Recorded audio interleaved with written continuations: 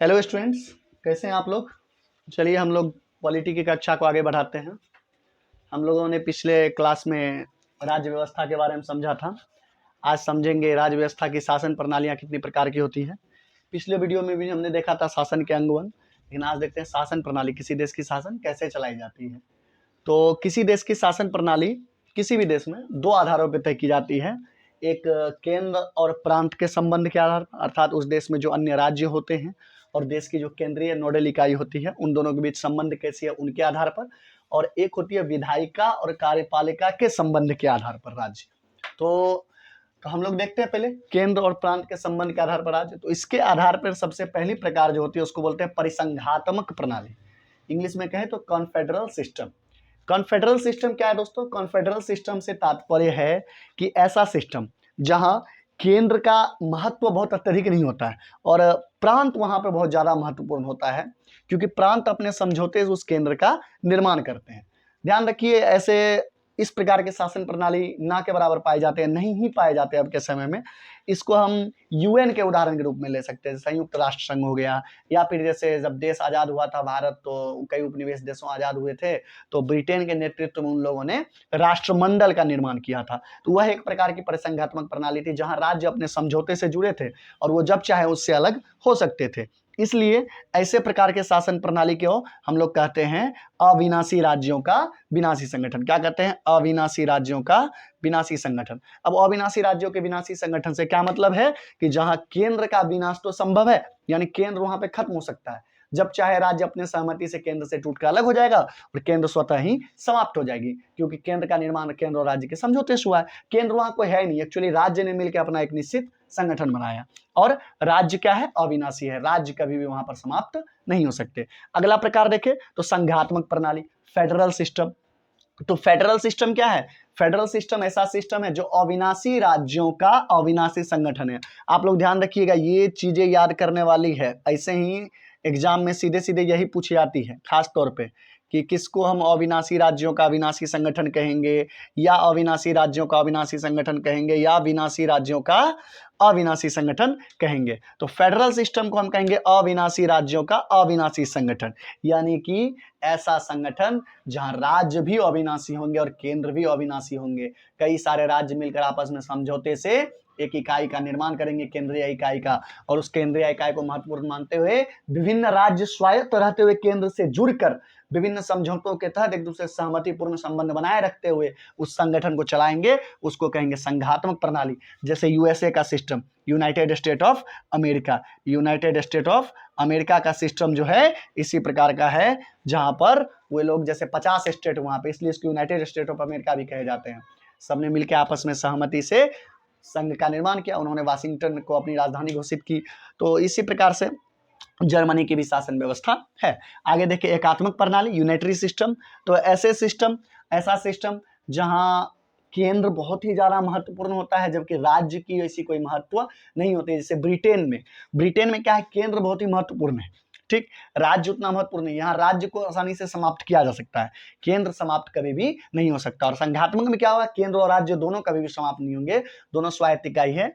और हालांकि इसमें भी अब मजबूत बंधन हो चुका है, लेकिन एकात्मक में क्या है? राज्य को कभी भी समाप्त किया जा सकता है, लेकिन ऐसा अभी तक किया नहीं गया और किए जाने की संभावना भी नहीं है। लेकिन इसको कहा जाता है विनाशी राज्यों का अविनाशी संगठन। अर्थात यूं कहें कि यहाँ पे राज्य समाप्त हो सकती है लेकिन केंद्र कभी भी समाप्त नहीं होगी। इसका उदाहरण है ब्रिटेन और फ्रांस। तो हमारे मन में सवाल आ सकता है कि भारत को हम किस व्यवस्था में रखेंगे? तो भारत में इस दोनों की विशेषता पाई जाती है। और भारत का जो अनुच्छेद फर्स्ट है, भारत का संविधान का अनुच्छेद जो फर्स्ट है, वह अनुच्छेद फर्स्ट हमको बताता है कि India is a union of state. India is a union of state. और इंग्लिश बताता है भारत राज्यों का संघ, हिंदी में बताता है कि भारत राज्यों का संघ होगा। तो उसमें कई सारे मतलब कंफ्यूजन पैदा होते हैं, लेकिन कंफ्यूजन पैदा होने की आवश्यकता नहीं है। भारत में एकात्मक प्रणाली और संघात्मक प्रणाली दोनों की विशेषता पाई जाती है। इसका सबसे बड़ा कारण यह है कि भारत जिसमें आजाद हुआ था उस समय की परिस्थितियां इतनी अनुकूल नहीं थी कि वहां राज्यों को इतने स्वायत्त अधिकार दिए जाए, क्योंकि उस समय पाकिस्तान विभाजन के रूप में बना था। तो कई सारी जगह से खालिस्तान की मांग आ रही थी, या फिर जम्मू कश्मीर अलग देश की मांग कर रहा था, या फिर हैदराबाद जूनागढ़ अलग होने की मांग कर रहा था। इन सारी समस्याओं से निपटने के लिए हमने दोनों विशेषताएं रखे, एकात्मक प्रणाली को भी अपनाए रखा, जैसे भारत में आपातकाल के संबंध में जो उपबंध किए गए हैं वह एकात्मक प्रणाली संबंधित है। और संघात्मक प्रणाली में भारत में राज्य को भी सारी स्वायत्तता प्राप्त है। राज्य भी अपने यहाँ विशेष विधि निर्माण कर सकती है, राज्य अपने विषय का निर्माण कर सकती है और राज्य भी अपने विषय पर कानून बना सकती है। तो भारत में दोनों प्रकार के प्रणाली का समन्वय कह सकते हैं या यूँ कह सकते हैं, दोनों प्रकार के प्रणाली की विशेषता पाई जाती है। और फिर है विधायिका और कार्यपालिका के संबंध के आधार पे। तो ये हम लोगों ने पिछले वीडियो में देखा था, राज्य व्यवस्था वाले वीडियो में। हम लिंक डाल देंगे इसका डिस्क्रिप्शन में, आप लोग वहां से जाके देख सकते हैं कि संसदीय प्रणाली और अध्यक्षीय प्रणाली क्या होता है, जहां हम लोगों ने बात किया है। इसको आप लोग अपने प्रीवियस वीडियो में देख सकते हैं, राज्य व्यवस्था वाले वीडियो में देखे जाके, वहां पर आपको लिंक मिल जाएगा डिस्क्रिप्शन में, वहां पे इसको आप देख सकते हैं कि ये प्रणाली क्या है। उसके बाद संघीय शासन व्यवस्था की विशेषताएं क्या क्या होती है किसी भी संघीय शासन व्यवस्था की। तो संघीय शासन व्यवस्था की यह विशेषता होती है कि यहाँ पे प्रांतों के बीच सहमति और समझौते होती है, जिससे केंद्रीय इकाई का एक निर्माण होता है। विभिन्न प्रांत मिलकर आपस में सहमति और समझौते से एक इकाई को केंद्र मानते हैं और उससे जुड़कर अपने अपने शासन व्यवस्था को चलाते हैं। और केंद्र और राज्य के बीच जो होता है, शक्तियों और दायित्वों का स्पष्ट वितरण भी किया जाता है। स्पष्ट वितरण किया जाता है, केंद्र और प्रांत के बीच कोई अलग अलग प्रकार के वितरण नहीं होते। स्पष्ट वितरण होता है। इसका मतलब दोनों को स्पष्ट संविधान में, लिखित संविधान में दिया होता है इसके पास कितने सूची विषय होंगे, इसके पास कितने विषय होंगे। और इसकी क्या है, तो लिखित संविधान ध्यान रखिएगा। एक मैंने यहाँ पे नहीं लिखा है, दोहरी नागरिकता भी इसकी एक विशेषता होती है। दोहरी नागरिकता का क्या मतलब है? दोहरी नागरिकता का मतलब है केंद्र भी अपनी नागरिकता देगा और राज्य भी अपनी नागरिकता देगा। जैसे अमेरिका में जाएंगे तो अमेरिका की स्टेट की भी अपनी सिटीजनशिप होती है और सेंट्रल की भी अपनी सिटीजनशिप होती है। प्रांत और केंद्र के बीच सहमति होती है और केंद्रीय इकाई की स्थापना की जाती है। और दूसरा क्या पढ़ा हमने, केंद्र और राज्य के बीच शक्तियों का, दायित्वों का स्पष्ट वितरण होता है। और यहाँ पे संविधान जो होती है वो लिखित होती है। ठीक, किसी भी संघीय शासन व्यवस्था की विशेषता होगी कि लिखित संविधान की सबसे बड़ी विशेषता यह है कि वह संघीय शासन व्यवस्था में ही पाई जाएगी, क्योंकि लिखित संविधान में सारी चीजें एक परंपरा के तहत बैठ के वो लोग स्पष्ट रूप से कुछ समय लगा के संविधान का निर्माण करते हैं और एक दस्तावेज के रूप में तैयार करते हैं, ताकि आगे कभी कोई कॉन्फ्लिक्ट हो तो उसकी सहारा लिया जाए। इसलिए संविधान लिखित होता है और सुप्रीमेसी ऑफ कॉन्स्टिट्यूशन होता है, संविधान की सर्वोच्चता होता है। इसका मतलब यह है संविधान से बड़ा उस देश में कुछ भी नहीं है। संविधान में सारी बातें स्पष्ट दी गई है, ताकि कभी भी केंद्र और राज्य के बीच कोई समस्या हो, किसी विषय को लेकर तकरार हो, तो संविधान के सहारा लेकर उस तकरार को स्पष्ट किया जाए। और इसको स्पष्ट करने के लिए ही स्वतंत्र न्यायपालिका की व्यवस्था होती है।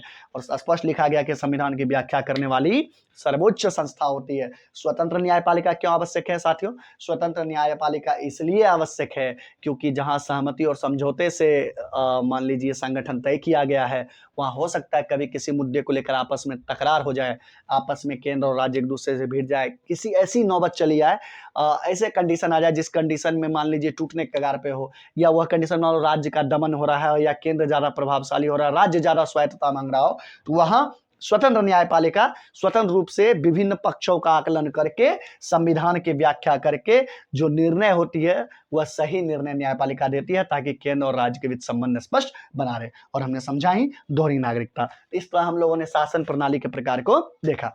अब ये मैंने आपको समझा दिया है, इसका जो है सो स्क्रीनशॉट में लगा दूंगा वीडियो के लास्ट में, ताकि आप लोग इसको नोट भी कर सके। और ध्यान रखिए, आप लोग एग्जाम की तैयारी यूं ही शानदार तरीके से करते रहिए। मिलते हैं अगले वीडियो में।